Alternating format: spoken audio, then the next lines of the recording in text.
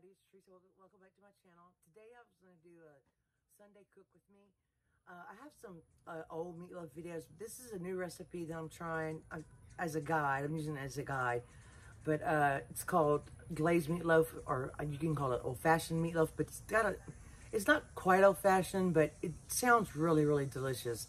And I thought I'd make that today and bring you along. And we're also testing a little no-bake cheesecakes. And anyway, so I'm kind of like all over the place, so please forgive me. But anyway, hope you enjoy the video and Sunday dinner. Here's my ingredients. And I did a couple of steps in advance. I took one medium onion, chopped finely. And you know I add jalapenos to everything. Just a little spice, but not much. And I sauteed some garlic. And this is cooled off. And then I took, this, by the way, this is 2 pounds of ground sirloin. You can also add, you can do half beef and half pork, but we're just gonna do ground sirloin today. That's my favorite meat, ground beef. But I was supposed to, anyway, I did this in the food processor, and I didn't show you, my food processor is possessed, and it's very loud, and the knob gets stuck, and I didn't want to do it on camera. But I was supposed to put the milk in the food processor along with the meat, but that's just not my thing. So, and my meat has been sitting out so it cooks faster. And I'm going to use a round baking sheet. This is called a panade. I've never done it this way before.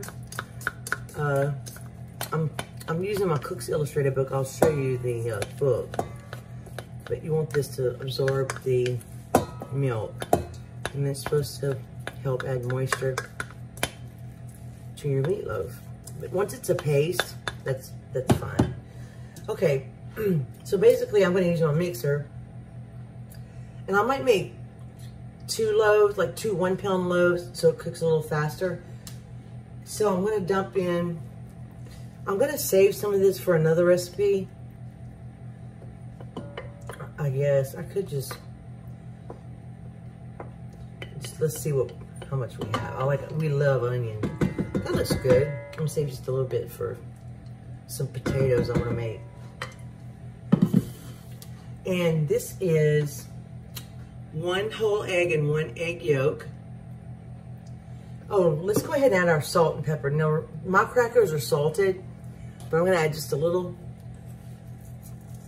salt. Kosher salt, and see if I can get my black pepper out. And I'm gonna add a few more spices.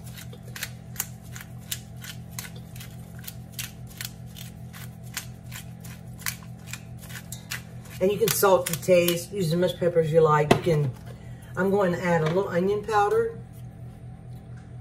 because I just added, I added that out to everything. You guys that watch me know that. And there's a little drop of milk left.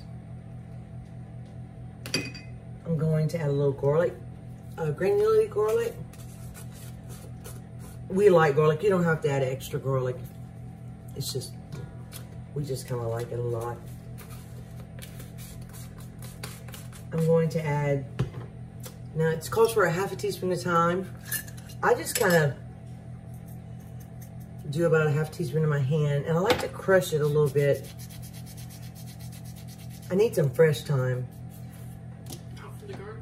No, it died. Yeah, the heat killed it. So I need a new plant. And parsley. I'm just going to shake some in there. It's optional. I'm going to add my panade.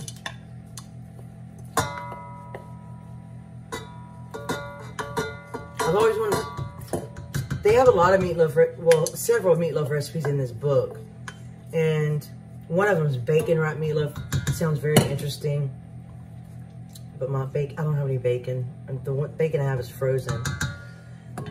Let's wipe my hand off. And let's see. Now, it calls for 2 teaspoons of this. I don't measure this. I find this really goes well with meatloaf. And I love the flavor. So I'm going to add about that much. I like a lot. And you can taste it. And 2 teaspoons of Dijon mustard, which I thought sounded, ooh, it's been kind of sitting out, so it kind of squirted out.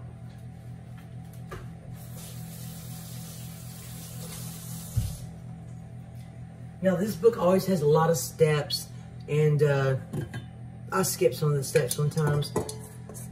I'm gonna make a little glaze, but I'm not gonna do it until the end. And you could put any kind of glaze on this kind of meatloaf if you want to. So let's move it to my mixer and I'll mix it. Mix this up. And I find you really want to let your meat come to room temperature a little bit. It mixes a lot easier, it cooks more evenly, and it works better. But you gotta make sure you break up that panade.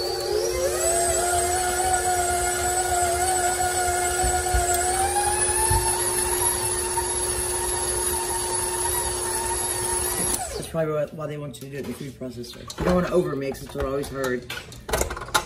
And you could add ground chuck to this.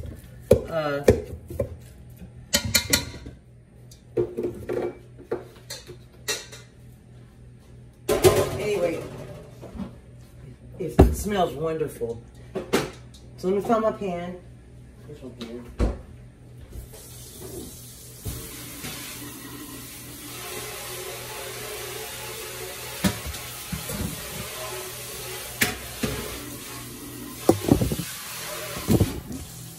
The whole time, I'm so sorry. Anyway, I had to find my pan. But this is sprayed and elephant parchment paper on top. That's okay. Now, this is a lot of meat.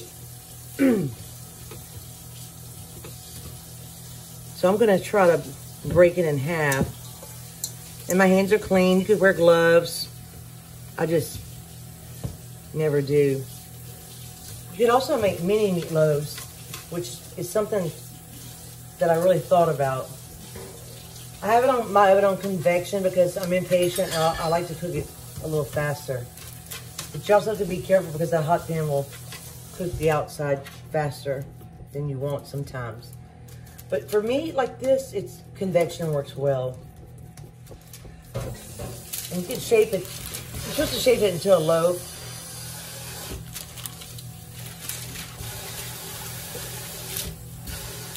And let me show you close up.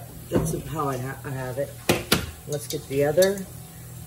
This would be good meatballs, or whatever you want. You could actually make some meatballs, put them on a pan, put them in the freezer, and then pop them in a Ziploc bag, and you'll have meatballs. Or you can cook them, cook meatballs. Which is, I have so many ideas today. I'm kind of hungry, so that's why I'm talking about everything, because I really want to make everything today, but I can only make so many things. This one, I hope you can see. Let me make sure, yeah. I also have some mini loaf pans. You can bake it right in those pans, the disposable pans, and then wrap it up tight and freeze it, which will probably freeze some of this. This one won't be able to eat it all. I'm not making it as thick as a loaf, so it cooks a little faster. They look a little bit different. I don't know. I should have weighed the meat so I can get it exact.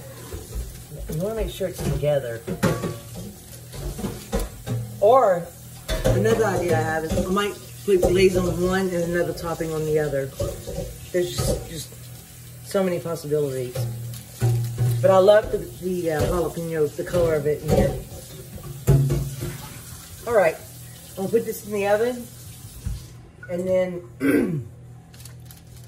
I have to bake something to go on the side, but I'll tell you how long it bakes. I'm gonna put it on the, I'll probably put it on the lower rack first, and then I'll put it on the middle rack. Yeah, I'm gonna make the sauce. You're supposed to put it in a pan and cook it a little bit, but I'm not gonna do that. I'm just gonna estimate a cup of ketchup,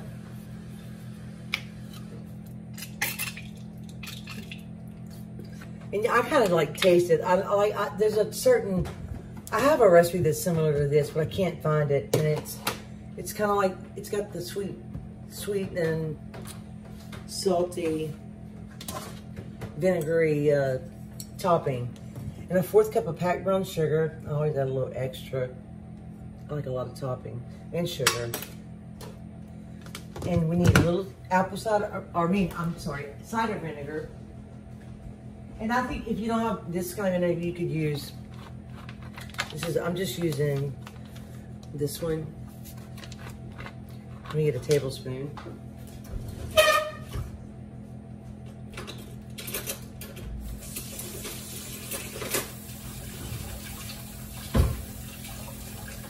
So 2½ tablespoons.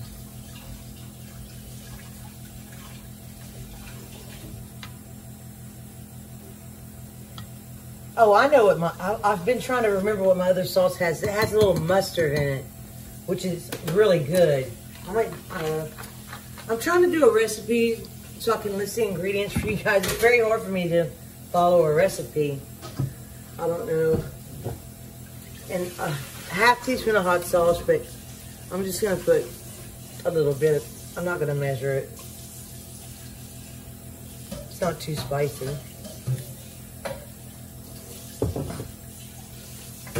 Whisk that. And this may be more than we need.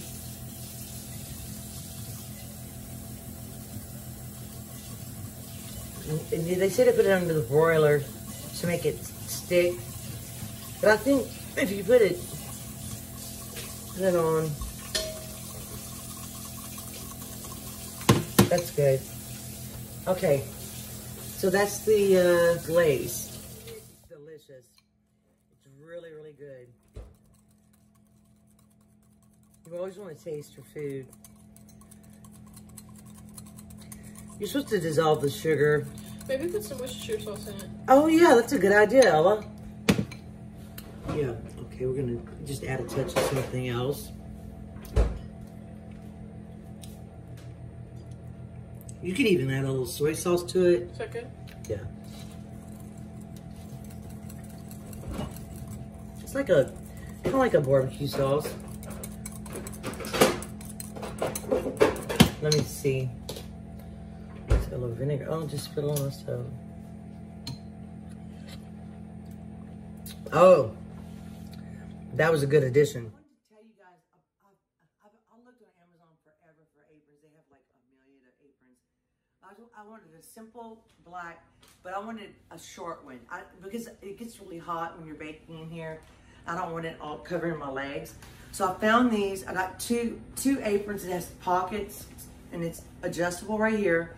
And I got 2 for, I think it was $8.99. I wanted to go with my name on it, but it was too expensive. Anyway, I also wanted to say, our last video was an Instant Pot video, and we linked we became an Amazon affiliate. That way we can link the things that we use underneath the video. Now I'm not gonna link, 1,000 things, but like when I make Chinese food and I make the Shoshang, I use the Shoshang wine. That one's very hard to find. I'm gonna link that. Anyway, I just wanted, we're working on that. We're trying to do better things. So anyway, I always forget to tell you guys that the link's there. So anyway, that's all I have to say, and I'll be back. These have been cooking probably about half an hour, and they're almost ready. Now you can put the glaze on earlier if you want to.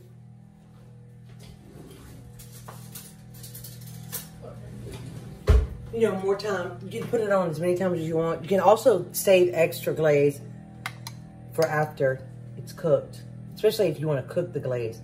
I'm just going to use a spoon because we like a lot, and it's going to melt off. But I love this shape that it cooks faster, and I like it. It smells so good in here. But you know what we're most concerned about is our dessert. I also wanted to say, I thought about this and I talked with Ella about it.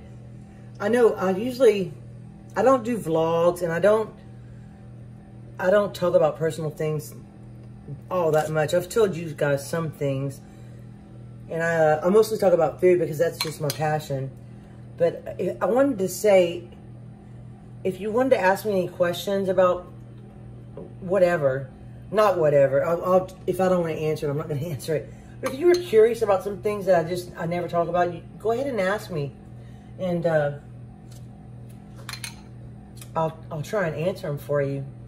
I know people are curious about other people sometimes, and I realize that I just talk about food mostly, only. All right, put this back in the oven. Now, if you have it on a regular oven, not convection, it's gonna take a little bit longer, but the convection it's really gonna get that glaze to stick. Also, the broiler would. So, we'll be right back. We check the temperature. You can add more glaze if you want to, but I put quite a bit. But you see how it kind of gets sticky on there? And it smells so good. But you want to let it rest for about 20 minutes, and you also have to wait for your side dish to cook. we were a little unorganized today. Now we're working on a dessert, which is the most important. No, just kidding. I put one meatloaf. Ella did this to take a picture. Isn't that beautiful? This is delicious. I just wanted to show you an easy cleanup. Just take this. I love it. It's a good trick, especially when you cook meatloaf, because that stuff will stick to your pan. The glaze is so good. And the meat, you know, I've been looking at that book for a long time, and the saltine cracker thing, I was like, I'm not doing that. I'm not doing that extra step, but this is a 90-10 ground sirloin, but you can't tell it. It's very juicy. I tasted it beforehand. I'm sorry.